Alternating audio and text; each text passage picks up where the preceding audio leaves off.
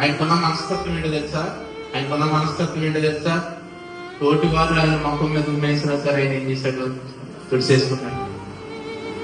ఎదుటి వాళ్ళు ఎంత ఆయన ఇబ్బందులు పెట్టినా సరే ఆయన ఏం చేశాడు? ఓర్చుకున్నాడు. ఎవరి కోసం? తండ్రి కోసం. ముళ్ళగిరటం ఆ కవలు ఎత్తి మీద పెట్టి నొక్కుతుంటే అక్కడి నుంచి రక్తం కారుతుంటే ఆ వచ్చే బాధ ఉంటది. కనీసం చేయమంత ప్లేస్ కూడా లేకుండా ఆయన చర్మాన్ని కొరటాలతో చీల్చేశారంట. దారుణమైన దుస్థితిలో ఆయన మరణం జరిగింది. ఇవన్నీ దేవుడు సహించాడు. ఆయన తండ్రి కోసం ఏం చేశాడట? సహించాడు. ఆయన మనస్తత్వం ఎలాంటిదంటే చిన్న పసిపిల్లలు ఆలోచించారు.